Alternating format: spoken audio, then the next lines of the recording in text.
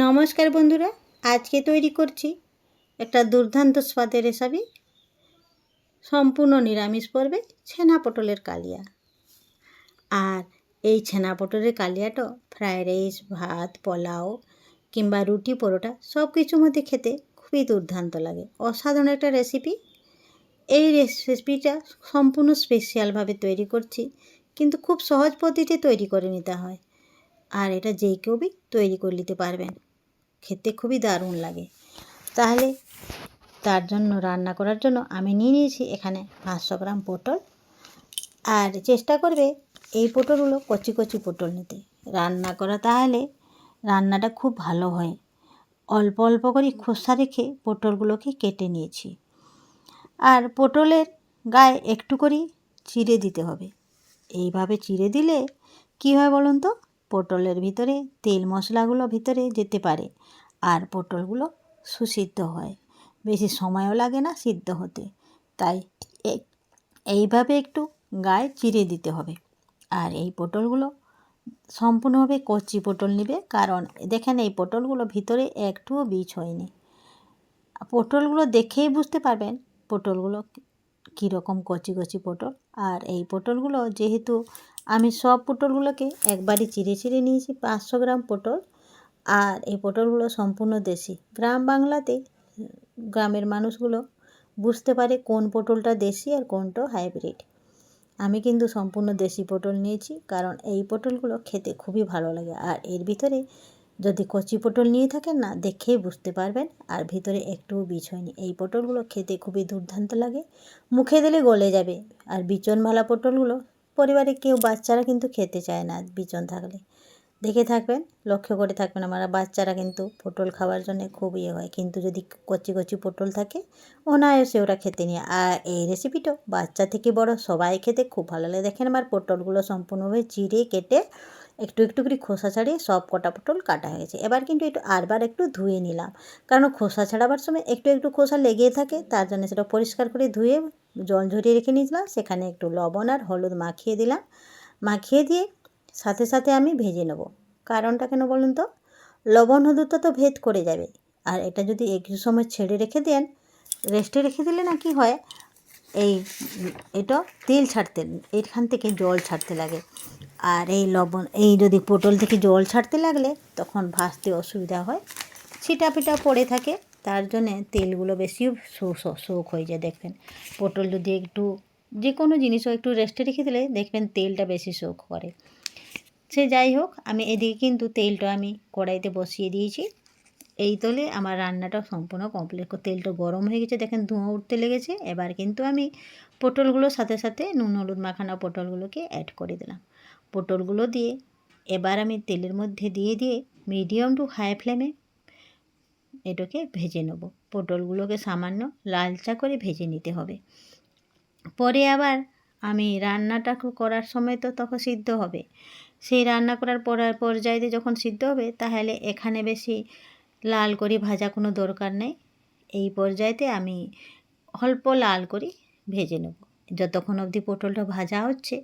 এই সময়ের মধ্যে আমি মশলাটা রেডি করব। দেখেন কিছু টুকরো আদা আর 4টা কাঁচা লঙ্কা নিয়েছি।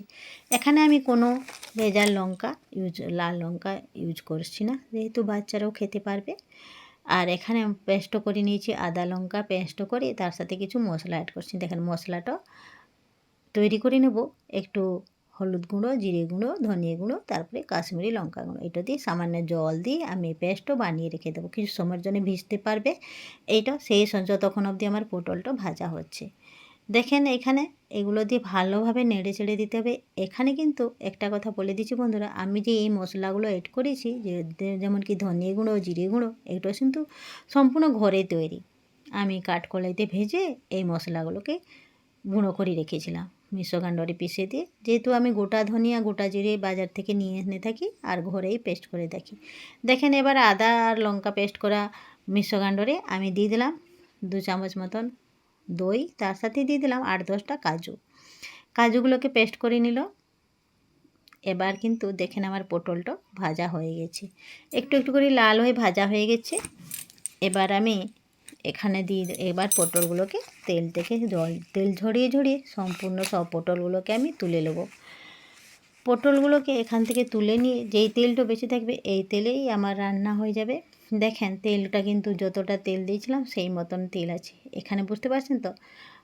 বেশি পটলটা যদি আমি রেখে দিতাম রেস্টে একটু, তাহলে এই তেলটা কিন্তু সব সোক করে নিত। তাহলে বুঝতে পারতেন তাড়াতাড়ি ভাজলে কী ফায়দাটা হয়। এখানে কিন্তু সেই তেলটা বেঁচে গেল, এই তেলে আমার রান্না হয়ে যাবে। এবার কিন্তু রেডি করে নিয়েছি আমি যে মশলাটা, যে রেডি করেছি সেইটা আমি এখানে এড করব। তারপরে আমি কিছু গরম মশলা দিলাম, খাড়ো গরম মশলার মধ্যে তেজপাতা, এলাচ, লবঙ্গ আর শুকনো লঙ্কা একটা মাত্র এড করেছি, ভাঙেনি লঙ্কাটঙ্কে। কারণ ভেঙে দিলে কি এর গন্ধটা মানে বেশি লঙ্কা ঝাল লেগে যাবে। আর এখানে এলাচগুলোকে আমি ভেঙে নিয়েছি হেমদস্তার সাহায্যে। এটা যখন ভাজা হয়ে গেছে তখন আমি এখানে এড করে দিলাম মশলাটা, বানিয়ে রাখা মশলাটা এখানে এড করে দিলাম। এই মশলাটা এড করে দিয়ে তারপরে এটাকে ভালোভাবে লো টু মিডিয়াম আঁচে ভালোভাবে কষতে নিতে হবে। কষে নিতে দেখছেন এটা ভালোভাবে কষা হয়ে তেল ছাড়তে লেগেছে। এবার কিন্তু আমি ছানাটা রেডি করব। এটা হলো মেন ইনগ্রিডিয়েন্ট। যেহেতু ছানা পটলের কালিয়া তৈরি করছি, তাহলে ছানাটা তো মেন। এটা কিন্তু আমি ঘরেই তৈরি করছি। দেখেন তৈরি করার সময় একটু টুকরো লেবুর বিচন থেকে গেছে, এই বিচনটা কিন্তু সরিয়ে দিতে হবে, নাহলে তরকারিটা তিতো লাগতে পারে। এই ছানাটা আমি ঘরেই তৈরি, 500 গ্রাম দুধ আমার বেঁচে গিয়েছিলো, আর সেই দুধেই আমি ছানাটা তৈরি করেছি ঘরেই। তাই ছানাগুলোকে আগে থেকে ভেঙে নিলে ভালো হয় হাতের সাহায্যে, কিন্তু আমি সেটা ভাঙাতে পারিনি, সময়ে তাড়াতাড়ি আমি করি। ছানাগুলো এখানে এড করতে আমি লবণটা এড করে দিলাম। আপনারা লবণটা পরিমাণ মতন দেবেন, কারণ লবণটা আমি পটলগুলো ভাজার সময় একটু লবণ দিয়েছিলাম, তাই স্বাদ মতন লবণটা বুঝে শুনে দিতে হবে। আমি এবার ছানাগুলোকে দিয়ে দিয়েছি এখানে মশলার উপরে। ছানাগুলোকে দিয়ে ভালোভাবে খুন্তির সাহায্যে নেড়ে নেড়ে আমি এখানে এই ছানাগুলোকে সব টুকরোগুলোকে সব ভেঙে নেব। আপনারা হাতের সাহায্যে ভেঙে নিতে পারেন। এখানে আপনারা পনিরও ইউজ করতে পারেন। যেহেতু আমি ঘরে তৈরি ছানা ইউজ করেছি, তাহলে আর কোনো দরকার নেই। আপনাদের কাছে হাতের কাছে ছানা না থাকলে পনিরগুলোকে টুকরো করে আপনারা ব্যবহার করে নিতে পারেন। সে যাই হোক, আমি এখানে সামান্য একটু চিনি অ্যাড করলাম। চিনিটা এই জন্যে দিলাম, এখানে চিনিটা দেওয়া খুব জরুরি, দিতেই হবে। কারণ এখানে লঙ্কা, ঝাল, মিষ্টি মশলা সব একসাথে সামঞ্জস্যটা আনতে গেলে, যেহেতু নিরামিষ পর্ব, একটু মিষ্টি মিষ্টি লাগলে খেতে খুব ভালো লাগে। তারপরে যে পেস্টটা বানিয়ে রেখেছিলাম, সেই যে কাজুর পেস্টটা দই দিয়ে সেই পেস্টটা আমি অ্যাড করে দিলাম। তারপরে মিশ্রভাণ্ডটা ধুয়ে জলটুকু আমি এখানে অ্যাড করে দিলাম। জলটা দিয়ে এবার কিন্তু মশলাটা কষতে থাকতে হবে। মশলাটা কষে কষে দেখবেন সামান্য একটু আমি আর 1 চামচ মতন এখানে দই এড করে দিলাম, নিয়ে এটা ভালোভাবে এবার কষতে থাকতে হবে।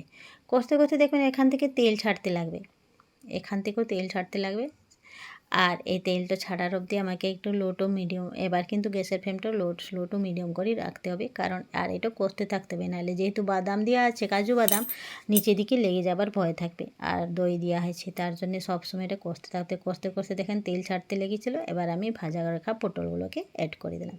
পটলগুলোকে দিয়ে এবার কিন্তু আমি এদিকে গরম জলটা চাপিয়ে দিয়েছি। গরম জলটা এই জন্যে কি তরকারিতে রান্না করার সময় একটু গরম জলটা অ্যাড করলে তাড়াতাড়ি হয়ে যায় আর স্বাদটা বজায় থাকে। যদি ঠান্ডা জল হঠাৎ করে গরমের উপরে ঠান্ডা পড়ে যায়, কীরকম খারাপ লাগে না, সেই মতন। তার জন্যে গরম সময় এই রান্না করার সময় সবসময় গরম জলটা ইউজ করবে। আমি সবসময় গরম জলটা ইউজ করে থাকি। এবার কিন্তু গরম জলটা আমি মশলাটাকে তেল ছাড়তে লেগেছে, এবার গরম জলটা আমি 1 গ্লাস মতন গরম জল দিচ্ছি। যেহেতু আমার কোয়ান্টিটিটা বেশি আছে, পটল 500 গ্রাম পটল আছে, তাই পটলগুলো একটু সিদ্ধ হবার জন্য তো সময় লাগে, তাই গরম জলটা আমি 1 গ্লাস অ্যাড করে দিয়েছি। নিয়ে এবার কিন্তু কিছু সময়ের জন্য ঢাকা চাপা দিয়ে আমি রেখে দেবো। ঢাকা চাপা দিয়ে রেখে দিয়ে এখানে কিন্তু আমি একটা জিনিস দিতে হবে লাস্টে, গরম মশলা। গরম মশলাটা আমি হেমদস্তার সাহায্যে, গরম মশলার মধ্যে আমি দারচিনি, লবঙ্গ, এলাচ এটাকে হেমদস্তার সাহায্যে কুটে নেব।